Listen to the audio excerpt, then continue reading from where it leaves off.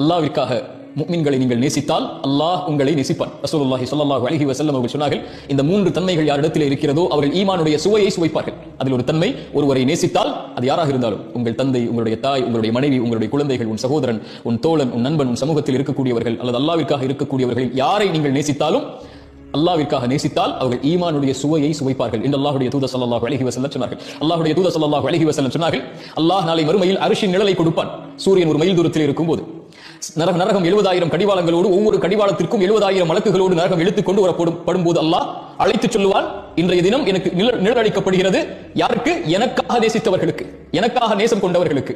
ரசூலுல்லாஹி ஸல்லல்லாஹு அலைஹி வஸல்லம் அவர்களை பற்றி சொன்னார்கள், அவர்கள் யார்? அல்லாஹ்விற்காக நேசித்தவர்கள், அல்லாஹ்விற்காக பிரிந்தவர்கள். என்ன விளக்கம்?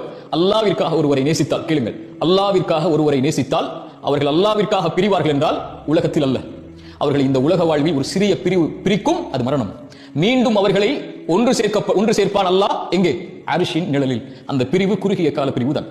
அல்லாஹ்விற்காக நேசித்தவர்கள் ஒருபோதும் பிரிய மாட்டார்கள். ரசூலுல்லாஹி ஸல்லல்லாஹு அலைஹி வஸல்லம் உடைய வாழ்க்கையில் எத்துணை மரணங்களை அல்லாஹ்வுடைய தூதர் சந்தித்திருக்கிறார்கள். தோழர்கள், நண்பர்கள், உறவுகள், மனைவி, குழந்தைகள், ஏன் இத்துணை மரணங்களும் அவருடைய வாழ்வில் எந்த ஒரு பெரும் பாதிப்பையும் ஏற்படுத்தவில்லை. ஏன் தெரியுமா?